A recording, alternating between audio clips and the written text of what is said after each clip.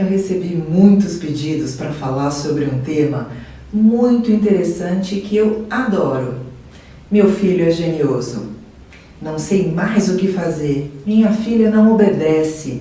Ela é muito geniosa. Não existe criança geniosa. Existe criança sem limites. Aí eu pergunto para você, qual é o limite que você está colocando para o seu filho? Importante que não seja bater, não intimidar através do medo, que bater não educa, gritar não ensina. É fácil criar? Não, até porque eles não vêm com manual de instrução. Se viesse era tudo bem mais fácil. Então a gente precisa descobrir desde quando eles são pequenininhos o porquê que eles choram quando ainda não sabem falar, quando eles começam a se comunicar. Mas o importante é transmitir valores. Quais são os valores que você está passando para os seus filhos? E isso é muito importante refletir. Os nossos filhos são como uma planta. Começa lá na sementinha, você vai regando com várias coisas, amor, atenção, acolhimento, briga, xingo, raiva, descontar nele um dia, talvez que você não estivesse muito bem, descontar suas emoções negativas na criança.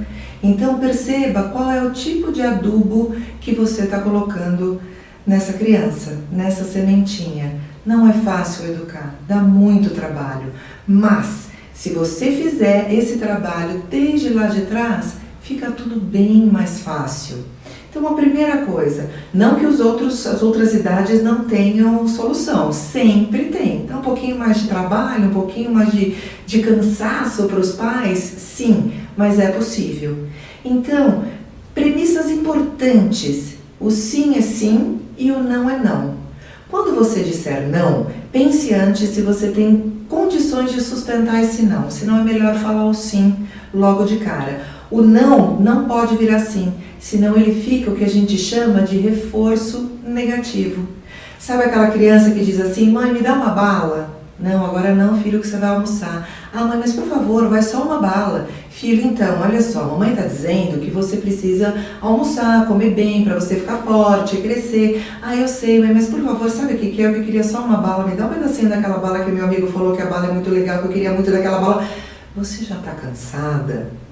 Cansado do trabalho? Você vai fazer o quê? Tá bom! Aí alguns ainda complementam, né? Você não tem jeito, você não dá sossego, eu não aguento mais, como você me cansa. Fora alguns outros adjetivos que é melhor nem citar. Isso não educa. O que você acabou de mostrar para essa criança? Que toda vez que ela quiser alguma coisa que não pode, ela vai chorar, espernear, te vencer pelo cansaço.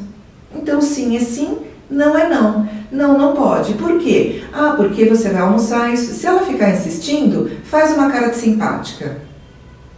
Não. Entona a voz. Não é assim, ai filhinho, sabe o que é? Que agora não pode, filhinho. Não, agora não. Ah, mas e se ele chorar? Deixa chorar. Qual é o problema? É até importante que a criança chore para que ela tenha o quê? Estrutura e comece a trabalhar a cognição para que ela volte a refletir, a saber como ela vai fazer alguma coisa diferente. Hoje em dia, os pais não deixam os filhos sofrerem. É importante que eles sofram, claro que de acordo com a idade de cada um.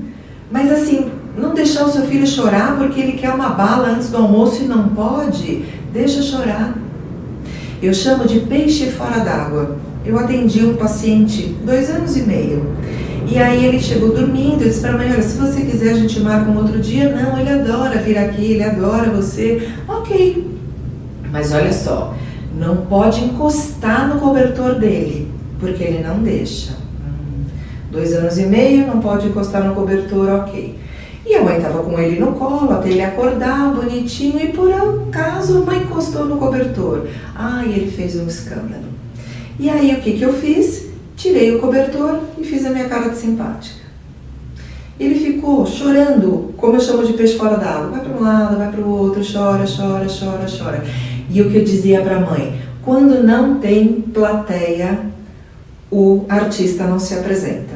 Então nós viramos de costas para ele e começamos a conversar e diminuir o tom.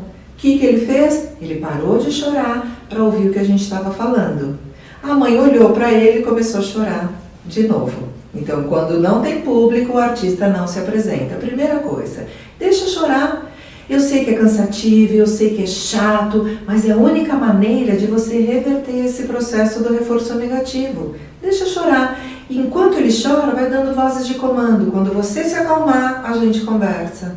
Mas não é impõe a voz, entona a voz. Não precisa gritar. É só mudar a voz do mamanhês que eu chamo de ai filhinho bonitinho, por entonar uma voz, não pode, agora não. É importante que eles saibam essa diferença, para que eles registrem o que pode e o que não pode.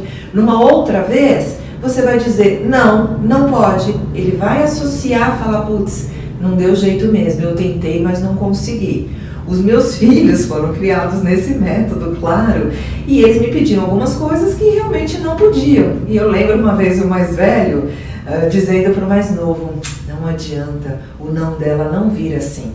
Então são conceitos que você ensina lá atrás, quando eles são pequenos ainda, bebês, não precisam nem saber falar, mas eles têm uma cognição, eles sabem entender aquilo que você está explicando e eles vão guardar isso e você vai reforçando positivamente todo esse trabalho. E o reforço positivo? Quando a gente tende normalmente a apontar aquilo que não é bacana, né? Você fez errado, você não foi tão bom, você não devia ter colocado isso, não pode. Então, naturalmente, a criança já ouve muitos nãos durante a vida. Mas quantos elogios ela ouve? Quantas vezes ela ouve o quanto ela foi boa, o quanto ela é capaz, o quanto ela se saiu bem? Não importa o que ela faça, elogie na menor coisa, isso é muito importante. Aí eu te convido a refletir sobre a sua vida, na sua construção. Quantas vezes você foi elogiado ou elogiada? E quem não gosta de receber um elogio? De um desenho, quando eles são pequenos, é através da garatuja que eles fazem, aqueles rabiscos, e os pais falam, não dá para entender nada. Para um psicólogo dá para entender tudo. Reforça, nossa filho, que bonito, que bacana, eu adorei. Um presente da escola, um trabalho, peça ajuda em casa para os pequenos, para eles ajudarem a tirar pó, arrumar o quarto deles, colocar o tênis do lado, de acordo com cada idade, e reforce positivamente. Filho, muito obrigada, você me ajudou bastante, sem você eu não teria feito tão bem como eu fiz agora. E você vai fazer o que com esse trabalho? Colocar informações lá dentro para eles, registros, formar registros de quanto eles são importantes. Reflita sobre isso, mude o foco, mude o padrão de educação. Os pais são responsáveis pela educação, para a criança dizer por favor, obrigada, com licença. Os professores ensinam as matérias e muitas vezes, e assim, infelizmente, muitos pais estão terceirizando a educação. Vocês podem dizer assim, mas não está fácil, eu trabalho o dia inteiro. Não tem problema. O importante é a qualidade e não a quantidade desse relacionamento. Tem mães e pais que ficam com as crianças o dia inteiro, mas estão nas redes sociais, estão vendo televisão, conversando com uma amiga. Não adianta, mas eu fico com meu filho o dia inteiro. Não fica. Agora, aquele pai ou aquela mãe que trabalha o dia inteiro, que mostra para o filho a importância do trabalho, e fica com esse filho numa qualidade de meia hora, 40 minutos, 1 hora que seja, ou até menos, e pergunte, filho, como foi o seu dia? Eu tenho muito orgulho de você, eu sou muito feliz por ter você na minha vida. Isso você vai formando conceitos. Isso é muito importante.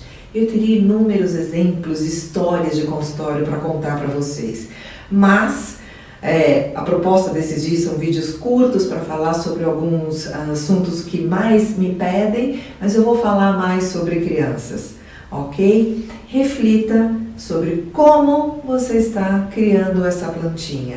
Olhe para você e olhe como você foi criada, certo? E vamos mudar esse padrão, vamos elogiar os nossos filhos, são os melhores presentes. Combinado? Um beijo e até o próximo vídeo.